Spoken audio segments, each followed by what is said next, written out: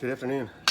I guess I should start off by saying Happy New Year, New Year's Day here. And I'm not speaking just for myself. I'm not a big New Year proponent of the New Year holiday, and in the what people make it out to be. I think people put a lot of significance on it that really isn't there, but that's just me. I'm old. Um, that being said, if you do celebrate, if the New Year is a big thing for you and your family, I hope you had a great day. I hope you were safe, and you didn't run into any idiots if you went out last night. That out of the way. What I wanted to do here is I mentioned in my last video, I believe it was my last video, that I got a black Arkansas stone. That was my Christmas gift this year, and I've sharpened a few tools with it now, and I'm pretty happy with the results. And what I'm going to do here is this chisel here. This is an old, it's a 3/8. It's one of my first ever woodworking tools. One of the first tools I purchased specifically to make furniture with. I mean, and in my other video I also mentioned this socket chisel here. I've been trying to clear out the handle. It looks like my guess is somebody epoxied the handle into there, and it's just really jammed into there pretty good. And I was not having much luck drilling it out, and I tried to use this chisel to clear it out, and I ended up really digging it up. So I had to regrind it. And it doesn't look too bad. I reground it using the diamond plate, this guy here, that you've seen in other videos. I have nothing against this sharpening system. I'll say this again. I personally use it. My main use for this is sharpening or flattening my water stones after I use them. But it will sharpen just fine. Lots of good woodworkers use this type of system, and they get great results. I just prefer water stones, and I'd mentioned before I preferred water stones because when I first began woodworking seriously, those were the sort of like the tool of the week, the flavor of the week. So that's what I went with, and I've stuck with them since. But I like to be open to new suggestions. So, but what I'm going to do here is I have my inexpensive Arkansas stone, and then I have my fine one, which is more expensive. It was a gift. I didn't look up what it cost, but I have a rough idea. I'm not trying to make this about cost once again, but more about options. And I think this stone cost about $50 to $60 probably with shipping, and included with shipping. And this stone, as I said, they're selling for about $15 or so. So my goal here is to see if I can take this chisel, which I know is dull. Like I've said before in my other videos, when I'm sharpening my chisels, generally they're not dull in the sense that they're I mean, where they won't even cut your skin. They're sharp. I keep all my tools, my used tools, sharp, but they're not at woodworking sharpness yet. And that's my goal with this. Now this is dull. This a piece of paper here. You see this won't even cut into a piece of paper. That's how dull it is. It's actually bending because it was just round. Normally what I would do at this stage, I would get out my 800 grit water stone, then go to the 8000 grit, and then to the leather strop. In this case, I'm going to use the medium grit Arkansas stone here, the fine grit, and then the strop, and I'll see what we have. So just like every other sharpening video I do, I'm going to index the tool. I use one hand. I just saw a woodworking video the other day where the guy said you never use one hand to sharpen.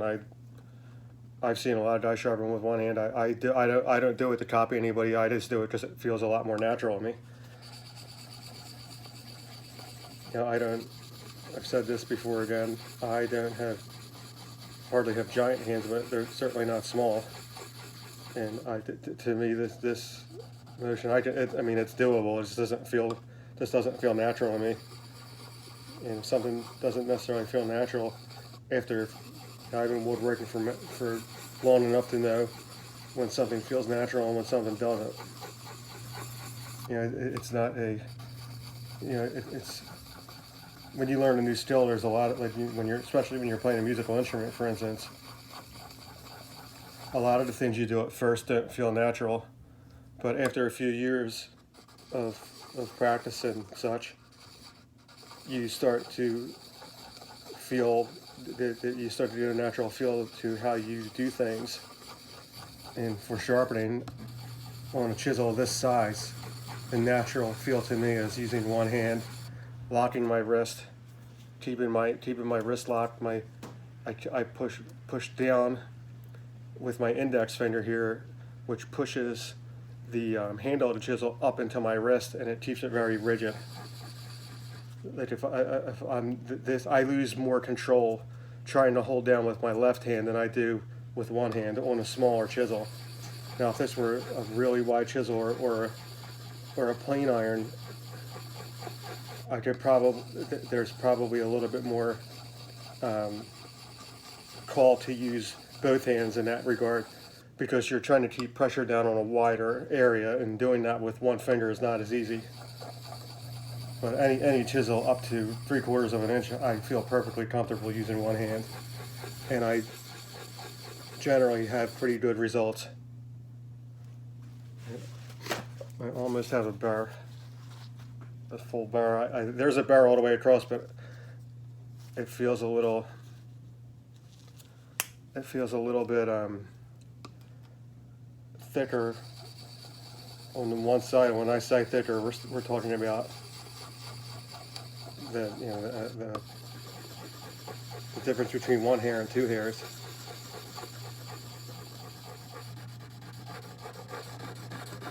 I prefer circular motions, but you can certainly go back and forth. I'm not going the full length of the stone because the stone has a crack in it.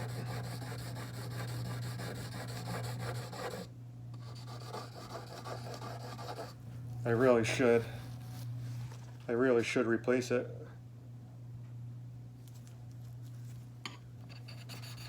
I do have a bar,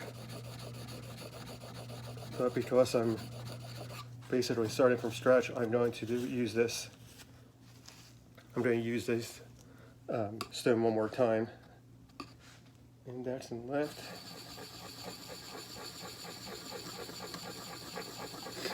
I don't particularly. I said this was my first ever woodworking. One of my first ever woodworking purchases. Meaning, when I bought this chisel, I bought it to use for furniture only. It wasn't like a chisel I had in my tool bag that I decided to use to make furniture with. And it's pretty good. I'll say I don't particularly think it's a very good chisel. It's not that it's bad. I just don't think it's great. I much prefer the Stanley and the Lee Nielsen chisels I have now, and even I have two Narich Stew chisels which I featured in other videos. They're far better than this chisel here.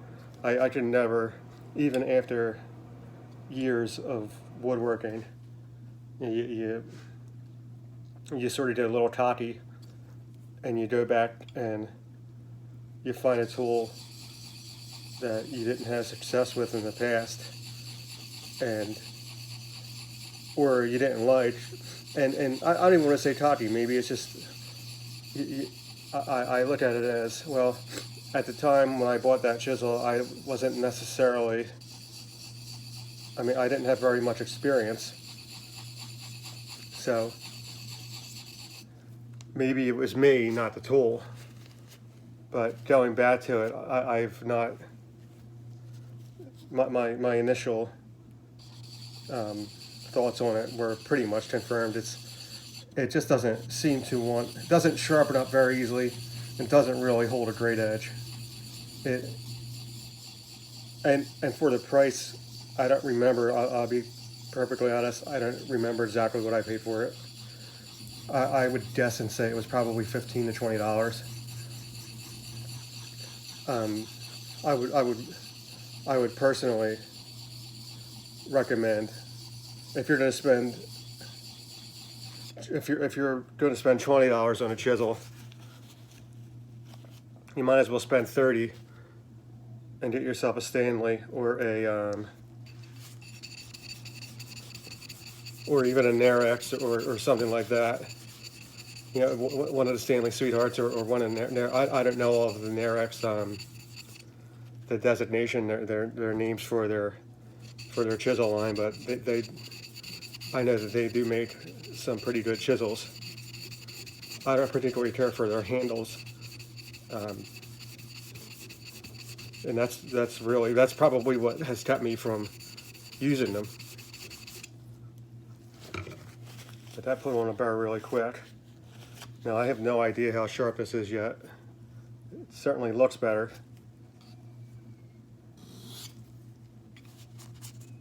The one thing I don't care about, my one demerit here is this stone. It's very thin, and I guess most oil stones aren't thick like a water stone would be, and then I'm sure that helps keep the cost down. But it's thin, and I have to, maybe I'll make a stand for it or something like that, because the box, it just sits too low to the bench for my comfort.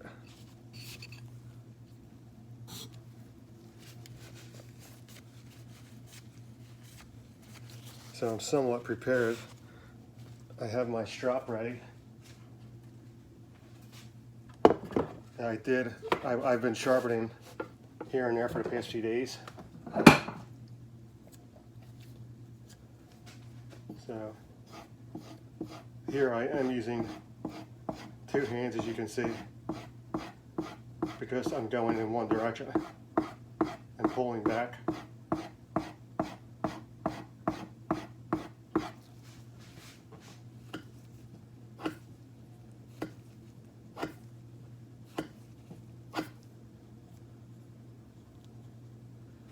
So let's see what we have here. I have this is a piece of pine. This was a cut off from my my built-in cupboard project that I completed over the past few days. I finished trimming it out yesterday afternoon. This is a very rough piece of lumber. Yeah, I mean, it's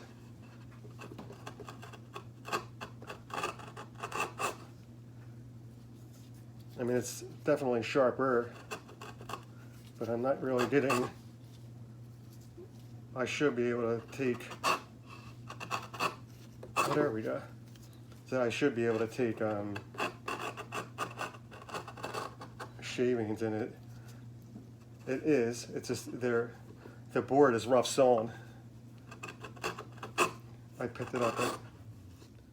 It's taking a nice thin shaving, but it was a rough sawn, mostly rough. It was only surfaced two sides. I picked it up at a lumber yard the other day, because being it was for a garage project, I didn't want to spend all kinds of money on it. I'd mentioned it, I did a video about it. I'd mentioned that that I wanted to do. I was using almost all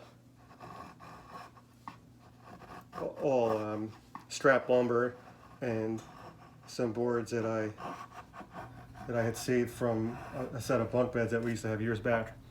But to do the wide boards around the door, I had to go buy 2 pieces of lumber. So I bought the cheapest lumber that was available. I said before, I don't like planing down boards from the rough because I just find it tedious. But that's exactly what I did yesterday. It took me a few hours and made a huge mess, but I did save about $30 in lumber if I brought it already fully serviced. I mean, this is, how would I put this? This is certainly sharp. It didn't come out as sharp as the other chisels that I did with, for instance, this Narex here. I polished it up with the black stone a few days ago, and this is just, I mean, this is pretty cheap pine, but without, it's cutting with, I mean, almost no force at all. And I can cut really, obviously you can really gouge into the, it's so sharp it will, this cheap yellow pine, it will just, this is not as much. But considering that it was pretty much dull, here's a piece of paper again, let's see what happens. And it's cutting it, but it's more, a sharp chisel shouldn't really tear paper. And it's tearing it. It's still tearing it a touch, which to me means it's not fully ready. So I'm going to go back to the polishing stone and see what I get. Yeah, and even with talking,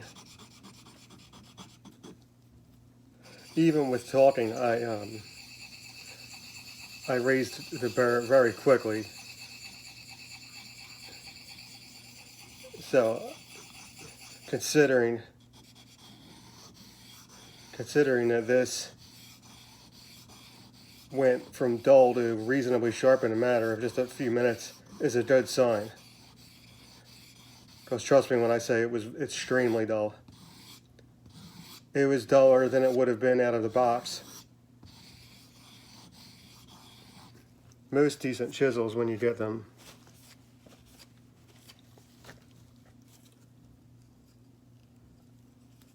are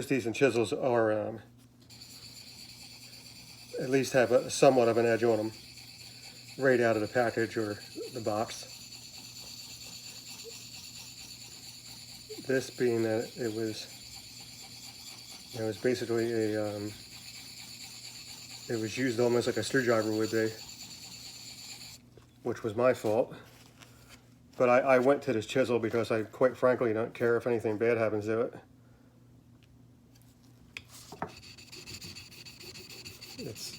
I have better chisels and I don't particularly need it anymore. I really keep it around for the rough jobs. If I had to make a little notch in a 2x4, for example, which I had to do the other day to run a piece of foam, when I was doing the trim work, I had to run a piece of foam wire behind the trim. So I notched it out and put a little nail plate on there to keep a nail from going through it. I turned the stone around. The oil stones aren't as prone to dishing and grooves as a water stone would be, but it's still a good practice to always use both sides of the stone.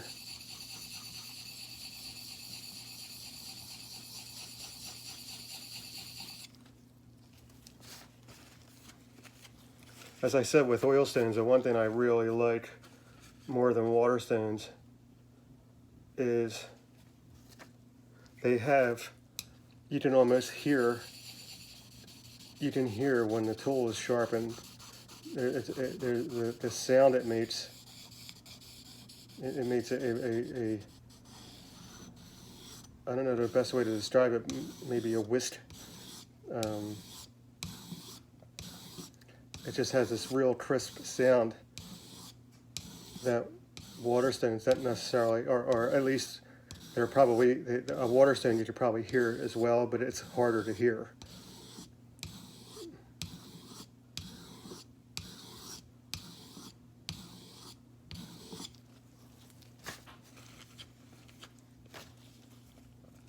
Now water stones aren't going to be as quick, or oil stones I mean aren't going to be as quick as a water stone in my experience. And I think most professionals will tell you that.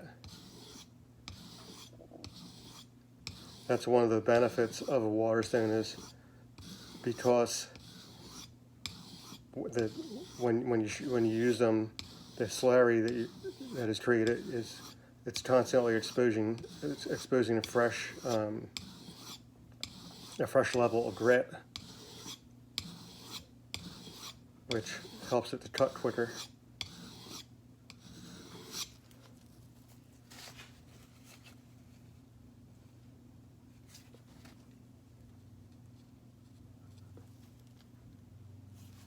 Somewhat happy with that.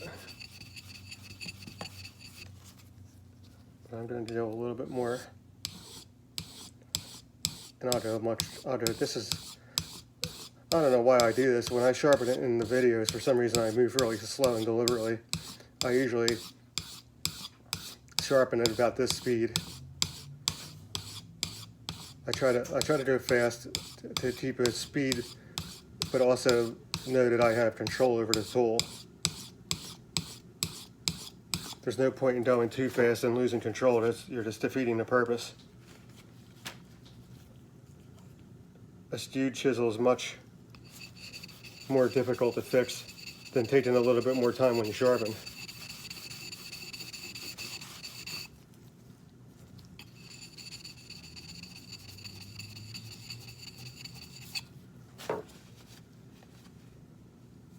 So I'm not even going to use a strop yet. I'll see what we have.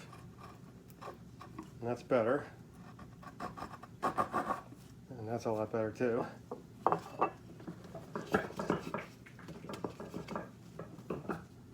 Let's try it with the drain this time.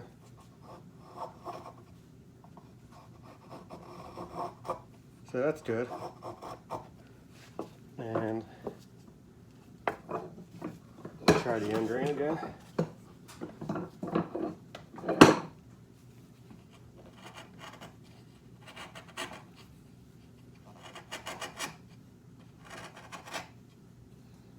I mean, it's going very deep into the board, but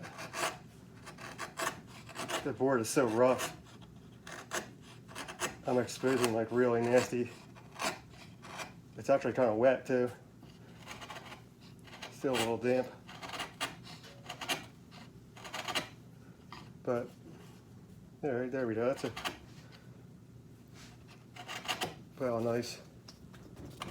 nice groove into this board actually. Almost like a plowing plane. Exposing some decent end drain.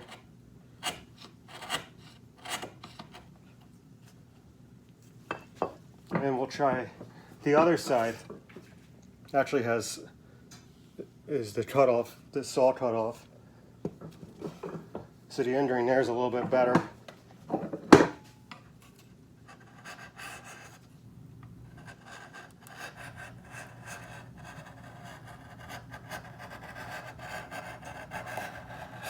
So I was able to take a thin shaving all the way across in one pass. Trying to do it a little bit slower with better control, but that's much better. So that, yeah, that's very good. So I'm really happy with that result. It took a little bit more time, but like I said, I was really starting from scratch. And I will strap it again as I normally would with any tool.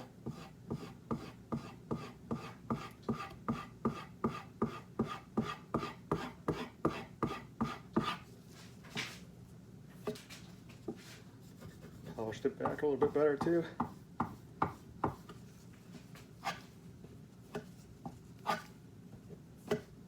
I'll try my unscientific paper test. You can see it. This paper is wet. I was wiping off the this tool, the oil with the paper towel, and I left it on the paper. But so we're slicing it now at least, so that's much better. You find a dry side. I can. I don't have a dry side. Well, oil side. Well, that is a bust there, but I'm also going to try to sharpen this. Now, this knife, this is my cable splicer's knife. I've had for a long, long time, and normally I didn't do when I worked in the field. I didn't do much with like phone and cable. It was not my thing, but you do have to do it on occasion, and I would use this to split the phone wire a lot. I never had the patience for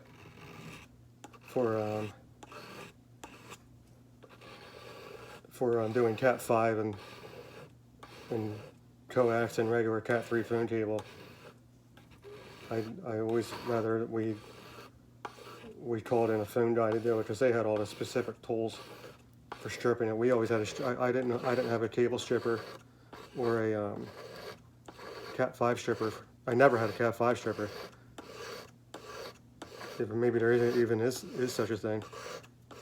But the guys who did the phone and cable always had the correct tools for it. Once again, this was dull. I didn't do a test on it, but I know for certain that it was dull.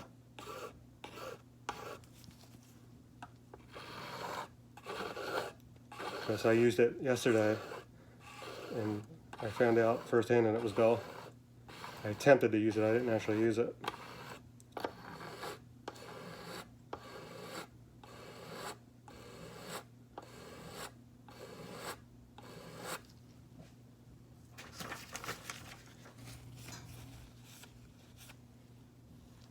Whenever I sharpen a knife, one of the things I check is, you probably can't see this. I'm sorry, once again, my lighting is not very good here, but the grind, I always try to keep that grind line even. Maybe you can see it there. If that grind line is all wonky, I can pretty much guarantee you that you won't have a sharp knife when you're finished. Or it will be sharp in spots.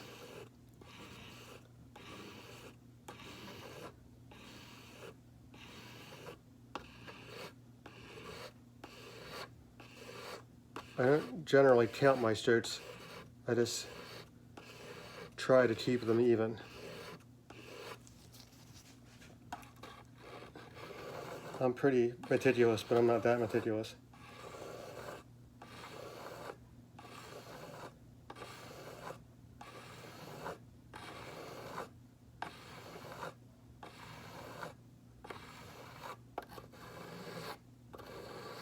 I knew this was dull because it wouldn't cut open a rubber jacket. Not without a good deal of pushing. So right away I knew that I needed to sharpen this, and I figured this would be maybe a good test for my new stone.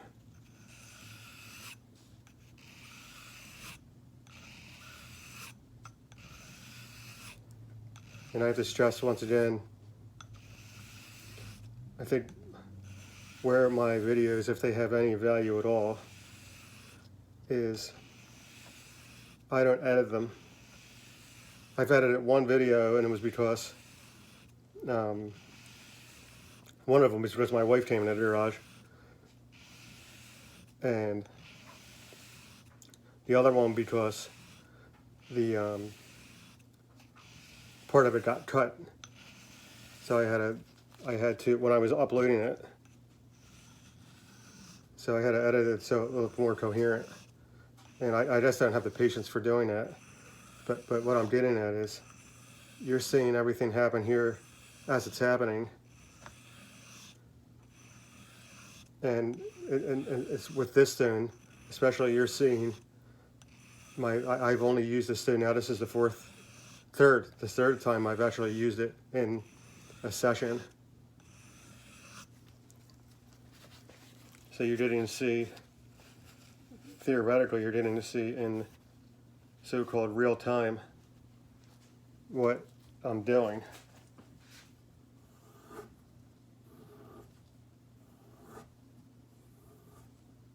Which I think is a good thing. You're not seeing any movie magic, at least. Certainly not seeing any movie magic with me. I'm hardly a movie star. I'm a beat up old man.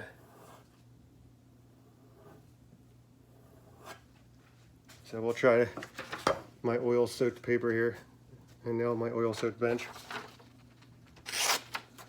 Yeah, it's better. Still tearing though. Not too bad. I don't have a, unfortunately I don't have any Cat 5 to cut. A piece of Romex.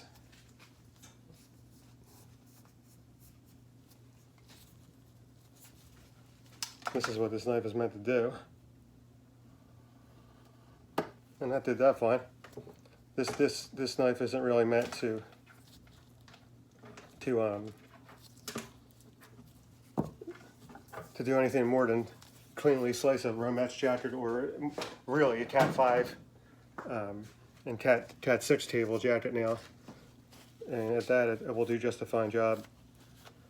So yeah, I have to say that I've been pretty impressed so far with this stone, the oil stone here. And I'll go as far as to say that right now, if you're a new woodworker and you're looking into a sharpening system, that a setup like this. Now, I'm not recommending this brand here. I don't have anything for or against it. I'm just recommending the idea of this stone and this stone, a medium and a fine grit Arkansas stone. Now, some people I've seen, like, this is a super fine. I've seen people recommend the medium, fine, super fine, and I certainly I'd say that I'm okay with that concept. You could probably get away with just the two stones and do just fine, have no issues with your sharpening, and get good results just about every time, and as your skill develops, especially.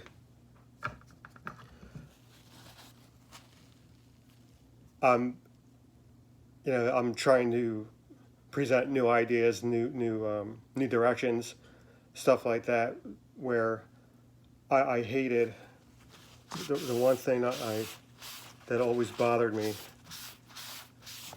especially when I started to know better.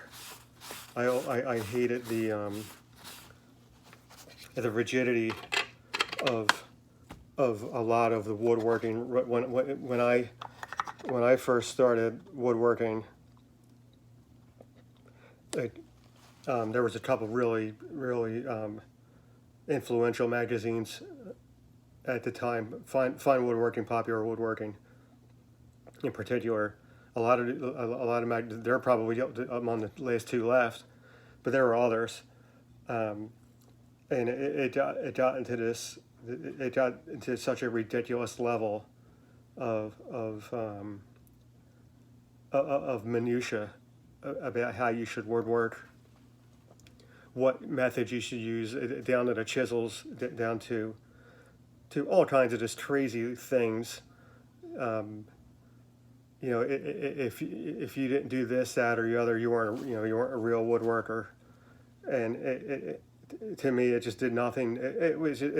I found that it probably, more than anything, brought about the demise of woodworking media. The world of woodworking media now is pretty much dead, which is a shame because it was thriving up for quite a bit. Um, Now it's dead, and I think part of the reason it's dead is the rigidity of of the um, of the woodworking writers. A lot of these guys actually weren't even really all that great of woodworkers. To be honest, I'm not trying to be mean. They're better than I was, but I'm not getting. They were getting paid to do it. I'm not. Nobody. I don't. Like, I was a pretty good baseball player when I was a kid, but I wasn't a professional charging you to watch me play. Now, I feel the same thing about woodworking. When you're a professional, charging people for your written word, for your advice and all of that, I should hope that you'd be pretty good at it. And it got out of hand. It got beyond out of hand to the point where they were arguing over just the most silly nonsense of, you know, down to the type of Stanley plane you had, down to the brand of claw hammer. I mean, literally the brand of claw hammer.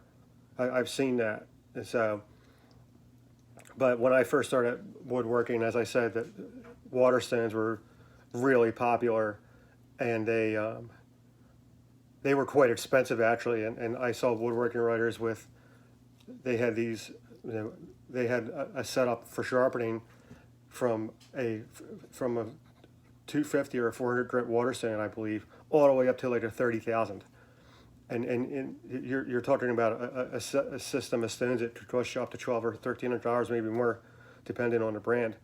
And what bothered me about it is not that they use it, that they were advocating that other people use a system. So my idea is here is to present alternatives to that full ridiculous line of thinking that was out there for years, and that to me really brought woodworking media in to a speedy death. And it's a shame it's gone now, and it probably will never come back, because things like magazines have all gone by the wayside, and certainly that was part of the problem, but the real problem was that the magazines that were out there weren't putting out useful information, in my opinion. So, yeah, if you're getting into sharpening, you saw in this video here, I did not do a great job with this chisel. I should have taken more time, but it is now no longer dull, which is a good thing. And I will probably work on it again when I get a little bit more spare time. I unfortunately have some things I need to do now. But yeah, consider alternatives to what you read. And a lot of people are trying to sell you something. I'm not trying to sell you anything. I don't get any money for this. I don't get paid. I don't have any sponsors or anything of that nature. So yeah, this stone here, this black stone, this black surgical stone. Here's the brand. I don't know these people from Adam, so forgive me if if you do buy that and you have a problem with it. Here's the other stone I have, which as I said is like a home center brand really, but it does work just fine. So give them a try. If you're in the market for a sharpening system, or at least consider alternatives that aren't as expensive as what the gurus are recommending. Because when it comes down to it, you can sharpen good tool steel with a lot of different mediums that aren't necessarily that expensive. And you won't be paying to put somebody else's kid through college. So once again, I hope you guys have a great new year. Be safe, be healthy, and I hope to be putting out a few more videos, maybe actually a couple furniture projects over the course of the next month. So we'll see you then, and have a great night.